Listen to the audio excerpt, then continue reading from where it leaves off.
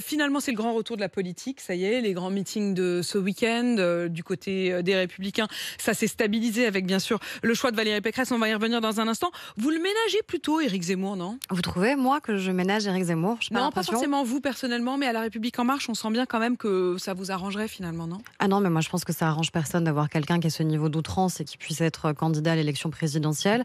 Quand on voit d'ailleurs le premier rang de son meeting, on s'interroge aussi sur C'est-à-dire la crédibilité qui est la sienne. C'est-à-dire qu'il a voulu s'institutionnaliser, montrer qu'il était capable de faire un grand rassemblement, un grand meeting, d'essayer d'être moins outrancier. Qu'est-ce qui s'est passé? On a vu des journalistes être menacés, être frappés, être insultés, certains qui ont dû être escortés et qui n'ont donc pas pu couvrir l'événement. Ça s'est pas passé depuis 1984 et un meeting de Jean-Marie Le Pen qu'on ait de tels niveaux d'incidents et de violence. On a eu des militants antiracistes qui sont venus mais sans aucune véhémence, qui ont juste essayé de déployer une banderole et de la même manière qui se sont fait tabasser. Les images sont quand même assez éloquentes. C'est ça qui s'est passé.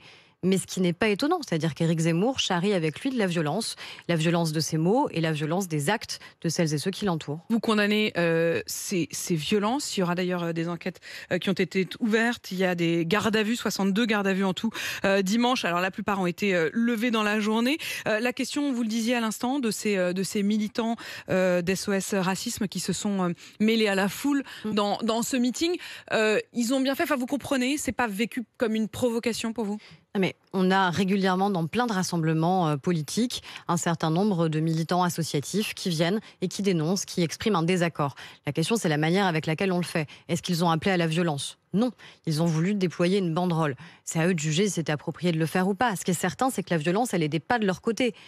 Ou alors, on considère que c'est violent juste d'exprimer un message qui est contre le racisme. Et là, on a un vrai problème de société. Est-ce que c'est Éric Zemmour qui attise cette violence ou est-ce que ça n'est qu'un énième soubresaut de cette violence inhérente aujourd'hui à la campagne? Il fait partie de ces hommes politiques, puisqu'il est maintenant un homme politique, qui attise la violence. Quand Jean-Luc Mélenchon disait des journalistes qu'il voulait accréditer la haine contre les journalistes, et bien après, dans un certain nombre de ces rassemblements ou dans un certain nombre de manifestations, on avait des journalistes de votre antenne et de bien d'autres qui se faisaient appréhender, prendre à partie. Et je sais que vous aviez failli d'ailleurs vous faire...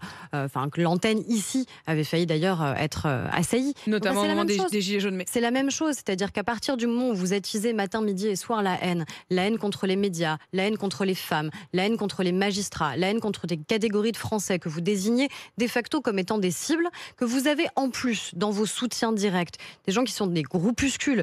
Là, en l'occurrence, un des groupuscules s'appelle, je crois, les Zouaves, qui est celui qui a été le plus violent, le plus virulent et qui a tabassé. On a vu des images d'un jeune homme militant, en effet, dans le meeting, qui a littéralement tabassé une... Ce sont des groupuscules extrêmes. Donc quand vous avez un leader politique, parce qu'il est aujourd'hui devenu un leader politique, qui attise encore une fois la haine et qui pose des cibles dans le dos d'un certain nombre de nos compatriotes... Il est le candidat de la haine.